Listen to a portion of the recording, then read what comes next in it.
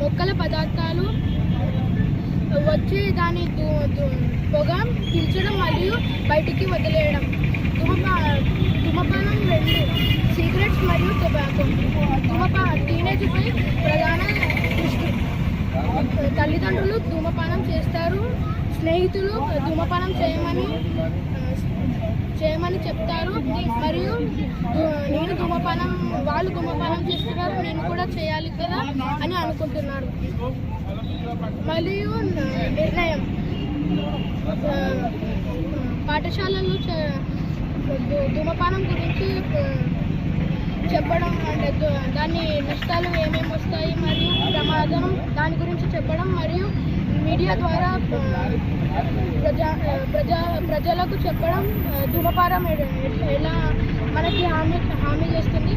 Thank you. My name is Fasil Naik from grade 6. Today we have a de-addiction rally here from the Sri Swaminarayan Gurukul International School. Today here in Zairabad we met so many great dignitaries like MLAs and many great people. We welcomed them and they also told us what to do and how to do the publicity and tell them about this. In society nowadays many people are smoking and drinking, so these drugs are very bad for them.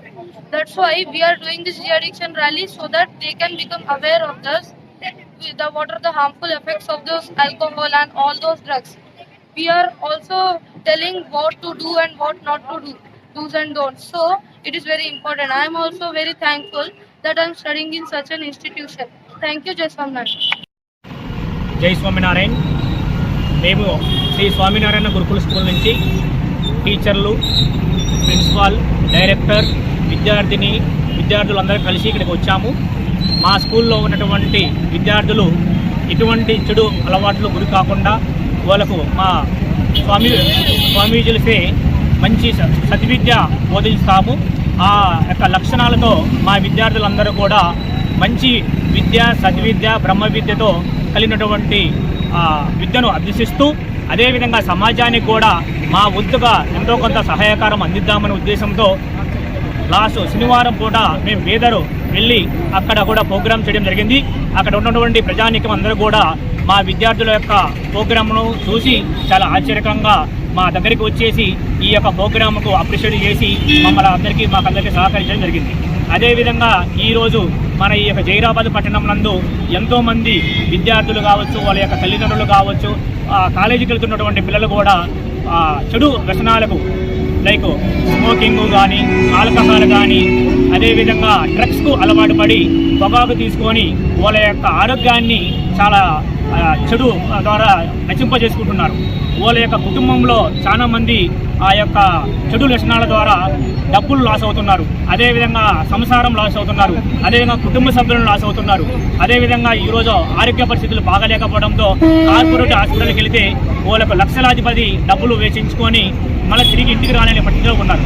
So ఈ యొక్క awareness ద్వారా ఈ college పిల్లలందరూ కూడా ఈ యొక్క మంచి ఉద్దేశం కలిగించుకొని వాళ్ళు మా యొక్క పిల్లల్ని ఇన్స్పిరేషన్ తీసుకొని ఎటువంటి చెడు వ్యసనాలకు కాకుండా మంచి భావి పాత పౌరులుగా ఉండాలనే ఒక ముఖ్య ఉద్దేశంతో మా యొక్క మేనేజ్మెంట్ మా అందరికీ ఈ విధమైనటువంటి ఆలోచన కలిగించింది.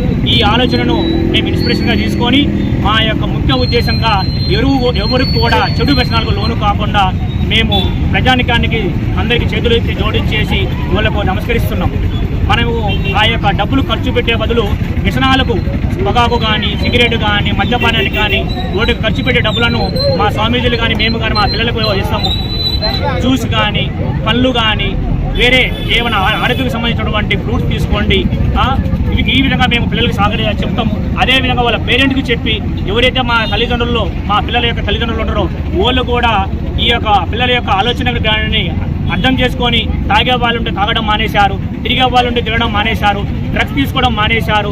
వాళ్ళందరూ పేరెంట్స్ కూడా చాలా అప్రిషియేట్గా మా పిల్లలు చిన్న పిల్లడు, ఆ పిల్లడికి 6 సంవత్సరాలు, 7 సంవత్సరాలు, 10 సంవత్సరాలలో పిల్లడు మాకు వచ్చేసి నువ్వు తాగుతున్నానా, చెడు అలవాట్లు లోను కాగుతున్నానా, ప్యాకాట ఆడుతున్నానా, స్మోకింగ్ చేయొద్దునా అని చెప్తే ఎంతో మా పిల్లలందరూ కూడా చాలా హ్యాపీగా ఫీల్ అయ్యి తల్లిదండ్రులు మానేయడం జరిగింది.